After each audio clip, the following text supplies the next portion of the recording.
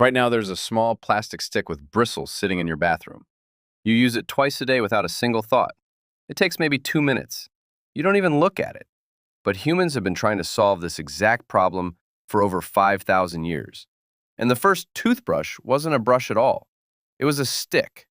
Around 3000 BCE, the Egyptians and Babylonians used what's now called a chew stick. You'd take a thin twig, chew one end until it frayed into soft fibers, and scrub your teeth with it. The other end was sharpened into a point for picking out whatever got stuck. Simple, disposable, and it actually worked. But here's the detail nobody expects.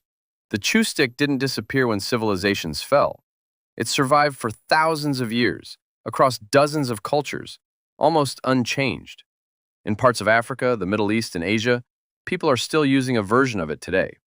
It's called the miswak, cut from the Salvadora persica tree. And in 2003, the World Health Organization actually recommended it as an effective oral hygiene tool. A 5,000-year-old stick endorsed by modern science. So what actually changed? Where did the bristle brush come from? For that, we go to China, specifically the Tang Dynasty.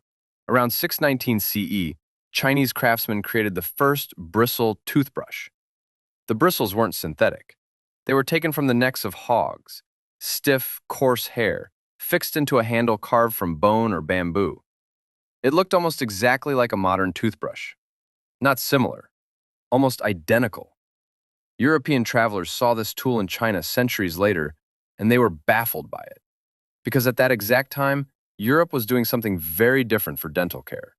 Rubbing teeth with a rough cloth, sometimes soaked in salt, sometimes in soot.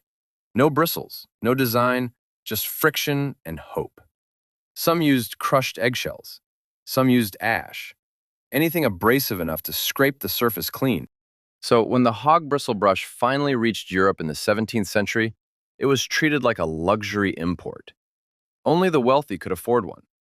But the man usually credited with the modern toothbrush wasn't royalty. He was in prison. His name was William Addis, England, 1780. He'd been jailed for causing a riot, and prison dental hygiene at the time was basically non-existent. So he improvised.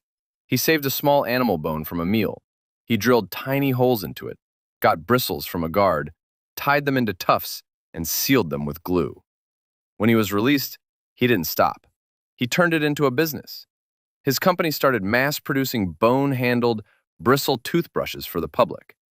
That company still exists today. You've probably bought its products without knowing it. Wisdom toothbrushes. Still British. Still running, over 2 centuries later.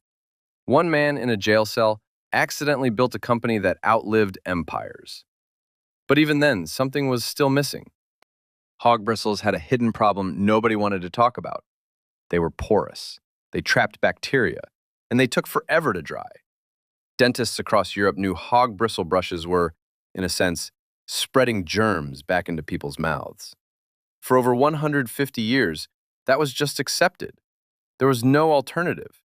People got sick from their own toothbrushes and had no idea why. Then, in 1938, everything changed. In a lab, not a workshop. The DuPont company had just invented a new material a few years earlier, nylon. They realized it could be spun into fine, flexible filaments. In 1938, the first nylon bristle toothbrush was released, called Dr. West's Miracle Toothbrush. No animal hair, no bacteria trap, no slow drying. Just a synthetic filament that could be shaped, colored, and mass-produced identically, every single time. Within a decade, nylon brushes had replaced hog bristle almost everywhere. This is the direct ancestor of the toothbrush sitting in your bathroom right now. Not the bone handle, not the hog bristle, the nylon. So here's what's actually strange about all of this. It took humans 5,000 years to go from a chewed stick to a factory line. And it took less than 300 years to go from a prison cell to a factory line. The pace of change wasn't gradual. It was almost flat, then suddenly vertical. Every leap happened because of scarcity, desperation, or an accident, not because someone sat down and planned to invent the perfect toothbrush. And somewhere in a corner of the world right now, someone is still using a stick from a tree. getting the exact same result as the plastic one in your hand. 5,000 years of trial and error, and the oldest method never actually stopped working. So next time you grab your toothbrush without thinking, remember it wasn't invented once.